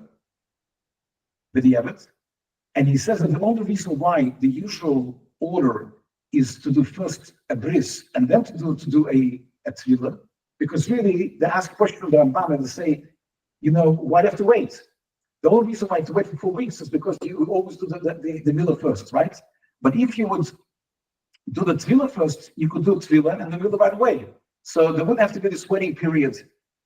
So the Ramban says, or the way the most mefarish the Ramban is that the reason why he still wants that the milah should be first, because he's afraid that if you do tefillah first, at the end of the day, the ger will get scared and he won't do it. We should know that the biggest influx of gerim in the history of Jewish existence was around the time of the Second Temple. There was a phenomenal, you hear about it, Rabbi Akiva came from gerim, Shema of Talia, Rabbi Meir, but the historians tell us, the Chazal tell us, that there was a phenomenal amount of gerim, a huge amount of people wanted to convert, and they accepted them. In times of Shlomo HaMelech, they wouldn't accept them because at that time they all felt they were scared of the gender involved. When times of the second Bais HaMikdash, they accepted them, and the only argument was that many of them didn't go through with it because they were afraid of the bris. And the Chazal didn't accept it. There wasn't even a discussion in the Tosefta, in the Bais. There is a discussion. If you learn that, you don't learn the Chazal, right? You learn the Shulchan Aruch. But if you look at the Chazal, you'll see there's an interesting discussion. There are some opinions that say that one on its own could also do it, but the absolute consensus of Chazal was no, you need both milah and tefillah. And we lost a lot of gerim because they were scared to go through bris. So the Rambam was saying that if you're going to do a tefillah first, the guy will have all intentions. And then he's going to come to a doctor and he'll see, or a moyer, and he'll see all the instruments, everything else, and say, forget it, I don't want to do it. So you don't want to have a situation where the guy really terrible and he's sort of already part of it. But the Rashba says, what about the Rashba, who says that the order is me'akev? So how do you explain the fact that the milah comes after the tefillah for a child that was converted in his mother's womb? So there are two answers. One answer is bichlal, there's machlekes, whether ubar yerech imoy or not, whether the child is a separate entity. According to the opinion of the child, that ubar yerech imoy is the child is born Jewish, finished. There's no need to, and when you do the bris for the child, then you can do it's already a Jewish child. That's why, according to the vast majority of opinions, you can do a bris on Shabbos. There are some choshev opinions that say not to do it because of suffix, and as a result, it is a suffix. But the majority of opinions say that when you do a bris on a child who was conceived in a state of non-Jewishness, is born a Jew, and therefore you can do it on Shabbos. But for those opinions that say that he's not Jewish until the bris, how do you reconcile it with the opinion of the Rashba? And the answer is because the Rashba talks about when you can do both, then you must do the tefillah last. But with a unborn child, since he's not bar milah, he can't do milah on him yet, therefore it's impossible. And therefore he's not, at the time he's a mechuv in the milah, but under normal circumstances, I disagree with you. I definitely would not, if there would be a situation where we'll have to repeat the bris. Let's say, for example, that we found out that they converted a person, and then we found it wasn't properly developed. It was still oral. They made a mistake. They didn't know how to check. But it's an action. People know that we can check. It's one of the things that we have, pleasant jobs that we have. We have to check the potential here. Even if he says that he had a bris through a doctor, we're not sure the doctor knew what he was doing. Many doctors, especially in 21st century, don't cut enough. So let's say you're in a situation where the guy was a complete oral, and the best made a mistake. They thought he was a Gebalter. So he went to the mikveh and became mitzvahs, and now you're going to do bris. I would definitely repeat the mikveh again. I would do without a bracha, but I would repeat the mikveh again because it's too risky to be able to go against the Rash, but against the Shach. Or Shach says it's mamash nikuva. So in this case, I definitely would do it. But what was the original question? Oh, but going back to the original question, the Mechaber brings two opinions for an adult, not for kids, and he says like this. He says, according to the Rif and the Rambam, you must do the Tefillah also if they're Besdin, and they have to be kosher, and to do by day, and all the laws of Besdin apply. If you do it at night, when they're related to each other, the whole thing is not good. According to the Tosfos, he says it's okay. Lepoil, no normal Besdin today would not rely on the Rif and Rambam. Any reputable Besdin would definitely say that even for that, you need a Besdin. But certainly for Kabbalah Mitzvahs is less mandatory, and also for the kids, the Tefillah of kids is also something that is a consensus by all the poskim today. It wouldn't be kosher without a kosher Besdin, because for them there's no Kabbalah Mitzvahs, and for them the whole Geirus is the actual Tefillah.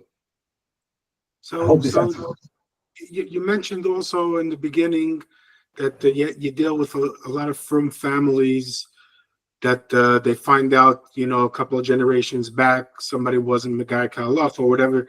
So you said you do mikveh, you take them quietly and you just do mikveh again with them. But I don't think I heard you say anything about Hatafas Dam. Do you also? Okay. So that's a good question. So we definitely will look at all some mitzvahs and tefillah, right? In Hatafas Dam, it depends. There's definitely what to rely on. There's a lot of great poskim that would say that you don't need Hatafas Dam because it was done by a Jewish moyer and it was done by Geirus. And over here, I would look on an individual case. I'll tell you an interesting story. We had a case in Sydney, Australia. Over the years, when the guy, Lubavitcher, Bochrim, and girls from America, from Australia, who found out that there's either Shiloh or for sure there was a problem. I had a case of every time that I give a Shiur Yuchsin, without exception, there's always somebody comes and wants to talk to privately. They have their own issue they want to resolve. This happened without any Yetzim and Aklal. So I gave a Shiur in Yeshiva Gedela on the subject. And a Bocher, a very Chassidish Bocher, came and he wants to talk to me. And he says to me that his mother was born Jewish, and his mother married his father, and she converted Reform. And then she had two kids, him and his brother. And then the Shliach was Mekarev them to Yiddishkeit, and became from when they converted Orthodox. And he told me which rabbi converted the Orthodox. In those days, it wasn't like today in America. It's a different subject, which is very fascinating. The difference between today, today you don't pass it. If it was a full rob in America there was no culture of official what they did. If there was an Erlich rob, it was Talmud Chacham, it was Megai people, and we wouldn't have to pass those community. So he called up his mother, and his mother said, listen, this rabbi who was a Talmud Chacham was Megai me, and was Megai you and your brother, but I don't have any paperwork. So he said, please, and he was nervous by that because, he has a life to live.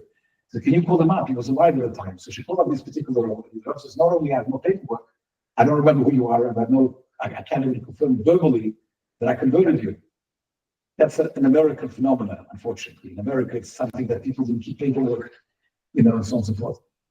So the boy came to me and says, please, can I go to mikveh today? I said, well, tonight is already night. I can't do it. I don't want to live even the one was a boy, the road doesn't remember converted me.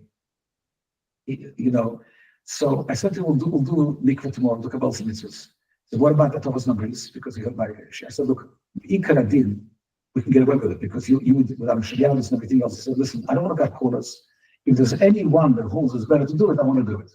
So I gave him, he didn't feel anything. I gave him a little, Thomas numbers, he did it. But there's definitely over here, when it comes to Thomas numbers, there's definitely room. Especially in this case, I believe it was the Chumrah, because I believe that if his mother would not lie, she was converted. But again, and I wrote in his paperwork that I gave him, that he was already Jewish from the age of 2. And then, you know, which, just because of the documents, we did it again, and so on and so forth. But in his case, there was a double reason not to do it. Side because of the poskim that say that you don't have to do it, and side because the whole thing was probably was done already. So it depends on the circumstances. Sometimes, especially when it comes to surrogate mothers, egg donors, when I deal with the case from beginning, I actually work with Moilim, and we have a whole system. I have Moilim around the world in America. We have Moilim that already know my protocol and everything else. I have maybe Hember, I have Yehoram Klein, I have Avi Rosenberg was one of the biggest people that asked to do my jobs all around. But they with Lechatchila will always do the finish, always. You know, to cover all grounds. But if we have a situation where, but then I'll deal with it depending on the child, depends how difficult it is. If it was a kosher moil, there's a lot of room to make b'shas nechak. So there's Lechatchila and there's B'diavad always will make. I will never ever say there's a child is Jewish in such a case. But if it was a non-Jewish doctor or a secular doctor, then you must have a Tafus Dam with Nishlish. Thank you. Tamach, I forgot, Dr. Bonin, you're a Moyo. You have some questions to ask? From Manhattan. Your mic is muted. 1 second. Nice to meet a Moyo. It's one of the areas that I deal with Bismillah. Doc, you want to unmute your mic? Oh, now. I enjoyed the presentation quite a bit. In my part of the world, unfortunately, there are a lot of couples looking for a bris. 99% of them, they're the usual. Everybody's Jewish, and it's very easy. Those are the easy brisses that I do. And then every now and then, there's a phone call that I get, and I get a call from a couple who have an alternative lifestyle, 2 women, 2 men, with surrogates, et cetera, and it's very, very, very difficult because I'm the first stop on the bus for conversion. They want a kosher bris, and I always reach out to somebody to ask them advice. It's a very, very difficult thing. So I'm an integral part, but I always ask somebody with broader shoulders what to do. It's very, very difficult. You're asking, first of all, such an important question. You know, every year I talk, I'm sort of like a de facto basic for many of the Moilim. There is a organization of Moilim, and they have certain times when they come together. For example, there was now Kinnus HaShluchim, and they asked me to speak to them about this sort of topics. We also have different doctors, where Dr. Jeffrey, the famous urologist, Dr. Jeffrey Stock, came to talk to us about havaspadias and these sort of things. The best way to deal with it is when it comes to any question of gear, and I tell this even in a situation where I would not every case such as you're talking about, I would always accept, but some of them I do accept. I'll give a little bit of a. But the safest things, nobody will come along and be angry with you. You can say, look, I'm an Orthodox model, and therefore any bris that I do, which has anything to do with gear, I only will do if I'm instructed by a recognized Beth Din. And this way, they have no time to you. Say, look, I have a license, and I tell this to all the women that I work with.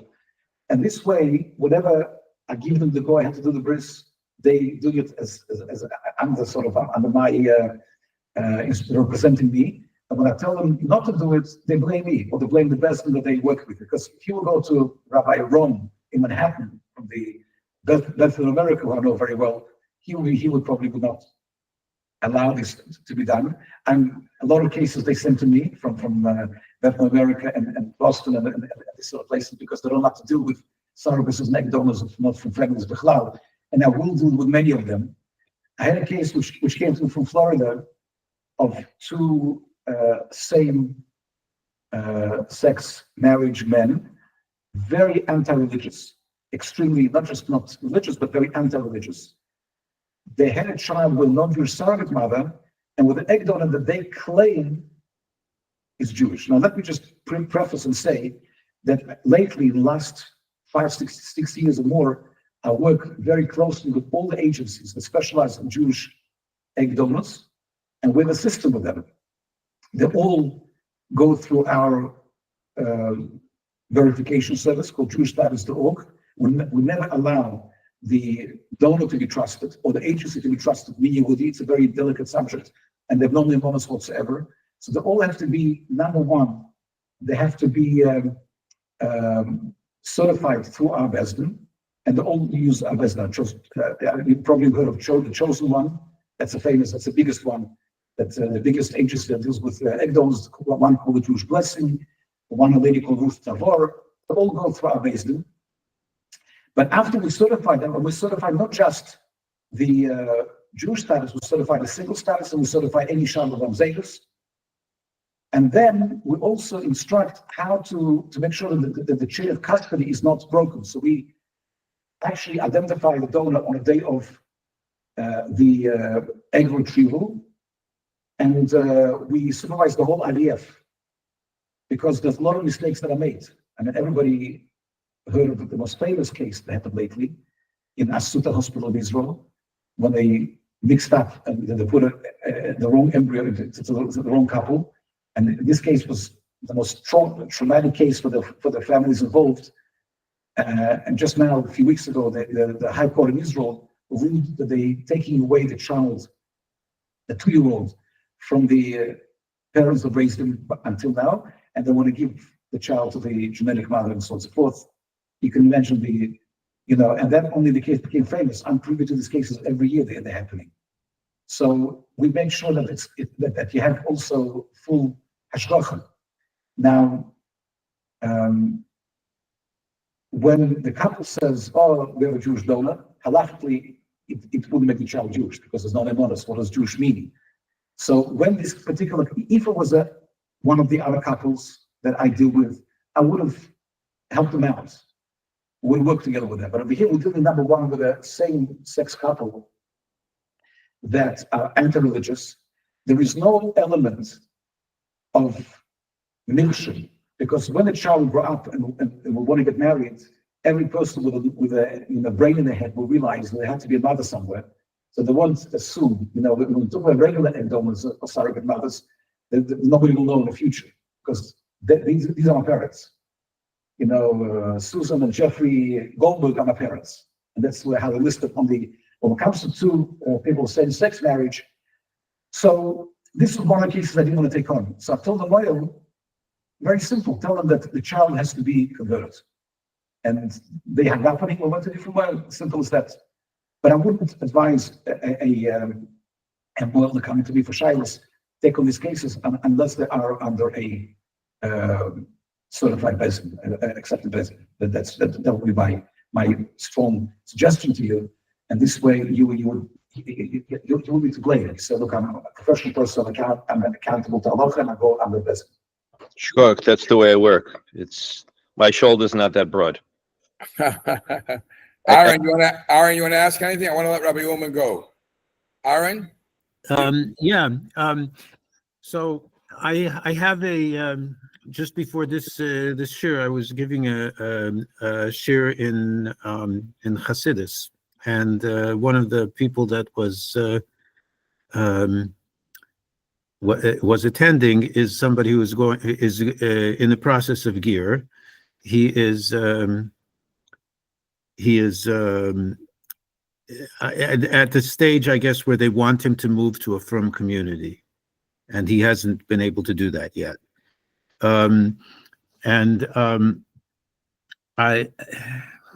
It entered my mind that I don't know if there's some of the stuff that I was, we're talking about things like Tzimtzum and stuff in Basi Lagani, what the Rebbe's Maimer and Chaf Hey and the sources for that and stuff like this. And I'm wondering, is there a problem with teaching this stuff to somebody in that state? So I'll tell you my opinion. Obviously, I'm sure this is more than my opinion, but I'll tell you my very strong opinion. Madoch, we allow them to learn, even areas of Yiddishkeit that usually going can't learn. And the reason why we allow them to learn it now, because everything they do now is in preparation for the converting. So the more they know, the more they're able to be from a Yidden. When it comes to Chassidus, I believe it's one of the areas in the Torah that we're actually justified to teach non-Jews. Obviously, you have to pick the right Amorim, because the non-Jews are also obligated in the idea of the Yichud Hashem to proper, and even if they come to a point where they can love Hashem more and fear Hashem more, and all of these things. So when you teach them, for example, Shai Yichud Leruna in Tanya, I allow those who ask me, I have a very, very sincere non-Jew that he wants to be a very, very righteous Ben Noach, and he wants to study. I give them a syllabus in the laws, parts of Torah that are relevant to non-Jews, which is very rich, and they can study a lot with that to do with Ben Noach. And I also tell them they can teach them from some Chassidus. There's no point teaching them, Perek Aleph and Tanya, for example, especially the end of the Perek Aleph and Tanya, but certainly Shai Yichud Leruna and certain other excerpts, both in some of the Friedrich Rebbe's Mamorim, which are very, very psychological and very sharp to all kinds. You can adapt it to a non-Jew also. So, Minor Ulman Das, for example, which has many, many aspects of life which are relevant to every human being. I think this up, especially here, the guy's converted, no problem at all. Go ahead and teach him whatever you're teaching him.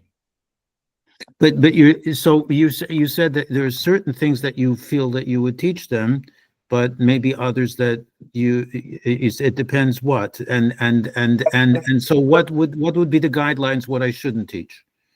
But again, you asking about a specific case when the person is already converted, and No, he has not converted yet. He's in the process. No problem. In the process, I just told my secretary, yeah, I'm still teaching Shiur. Okay. In the case when somebody is converting, and you already see that they're very, in other words, they over the threshold, not just starting and sort of testing the waters. They're already, I assume the guy is already probably keeping a lot of things in Yiddishkeit, correct? Yeah. In such a case, I wouldn't worry about teaching him the Chlam, even those things that I wouldn't usually teach other goyim. But even if you don't with him, Tanya, Allah Seder, it's already shocking to understand the difference between them Shalakis and the difference between a Jew and a non-Jew. I'm sure you can teach you that. Let them appreciate it. I was talking about even when it comes to non-Jews who are not planning to convert, even there are certain areas that you can teach them. But here, sure, no question about it. Okay, thank you. Anybody else? Rabbi Ulman went overtime. Rabbi Ulman, it was very, very exciting, very beautiful. Thank you very much. And I guarantee you nobody's going to take it on their shoulders to start doing any Geirus. I want to say, as my closing remarks, that first of all, thank you to Rabbi Ulman for the opportunity. And it was really a pleasure to see some old faces, all meaning that people that are really old friends with me, and also some new faces that will be hopefully in touch. And I'm very, very impressed with the style of the program, that there's not only teaching them the material, but also instilling the achrayas, the responsibility of, I have a Dayanos program, and part of the condition is that even when they finish Dayanos, they can't pass them. It's like a doctor. When you get a medical degree, you can become a neurosurgeon until you're special shibush and you get permission from your superiors to do neurosurgery.